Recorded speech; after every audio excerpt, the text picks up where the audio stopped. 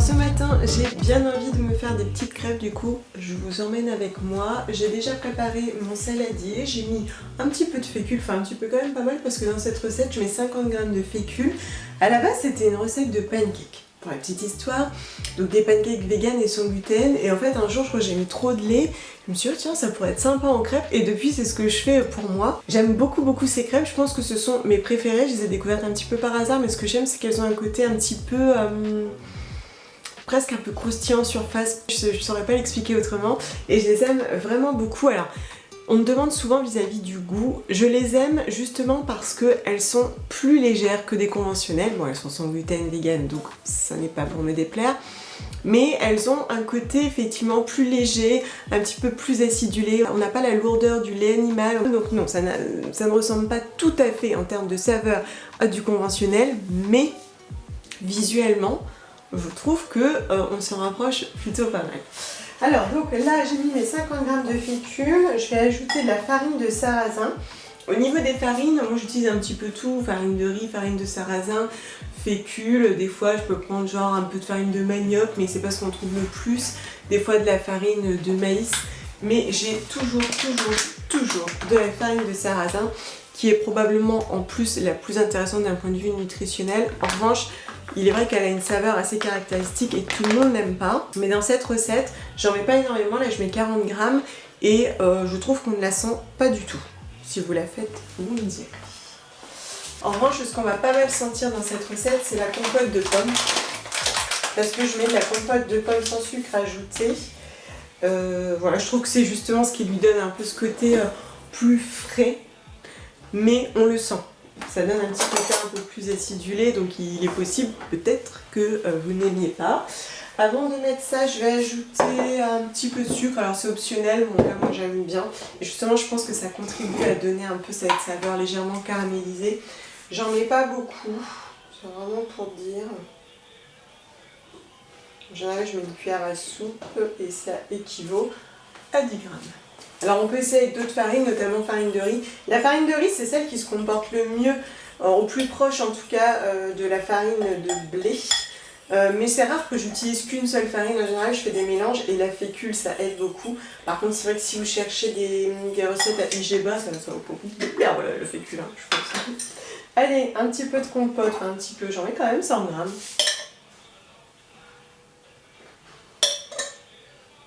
Ah, vous avez un petit fond sonore aujourd'hui. Donc c'est cette compote-ci que j'ai sur la fourche. Hop. Et puis tout simplement du lait. Alors j'utilise très souvent du lait de soja dans mes préparations sans gluten. Je trouve que c'est ce qui fonctionne le mieux pour donner un peu de texture.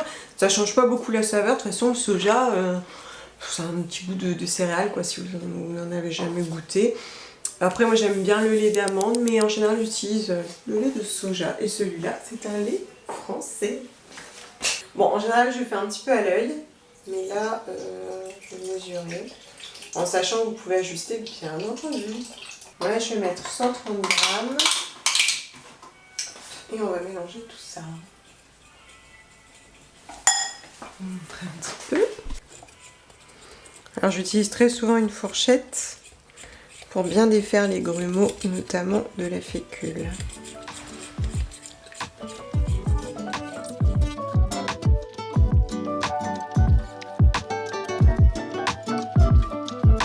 Ok, là c'est la cuisson.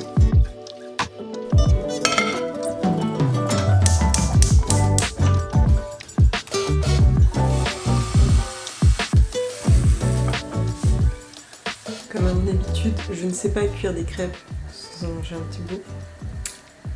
Mais je n'ai pas encore mis de confiture, ni de chocolat. Pour l'instant ça va. Regardez. C'est belle hein. Alors je goûte bien hein, quand même. Et non franchement on ne sent pas le sarrasin. Ah non Jack, tu goûterais bien toi aussi. Hein. Toujours il mange des petits bouts de sa maman. Et j'utilise aussi de temps en temps de la farine de pois chiche, mais jamais en farine majoritaire, parce qu'elle donne une sorte de, je sais pas, de petit goût amer. Par contre c'est intéressant bon, pour apporter des protéines à la préparation. Pour varier les farines aussi, elle se comporte assez bien. Mais comme je vous dis, elle a un goût assez prononcé. Si vous ne disposez pas de ce petit manche en bois absolument magique et très pratique, pas de panique, il suffit de tourner avec le dos de la louche pour former un rond et ça fonctionne très très bien. Je les trouve même plus belles parce que de ce fait elles sont légèrement plus épaisses, ce n'est que plus gourmand.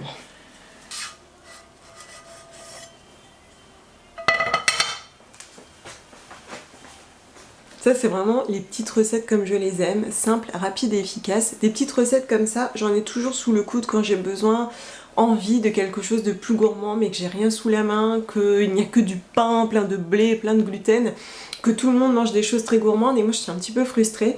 Ben voilà, ça je l'ai toujours dans ma cuisine, je l'ai toujours sous la main, je peux toujours me faire rapidement quelques crêpes.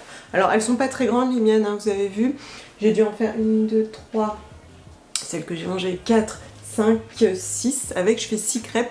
Donc je les mange pas toutes d'un coup, bien sûr, je les laisse bien à l'abri ensuite dans un petit tupperware en verre avec un couvercle.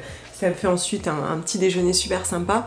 Mais j'avoue qu'avoir des petites recettes comme ça, rapides à faire en dernière minute, ou des fois quand vous partez en vacances, quand vous partez en séjour avec votre famille ou des amis, ça dépanne toujours et c'est tellement bon. Bref, enjoy!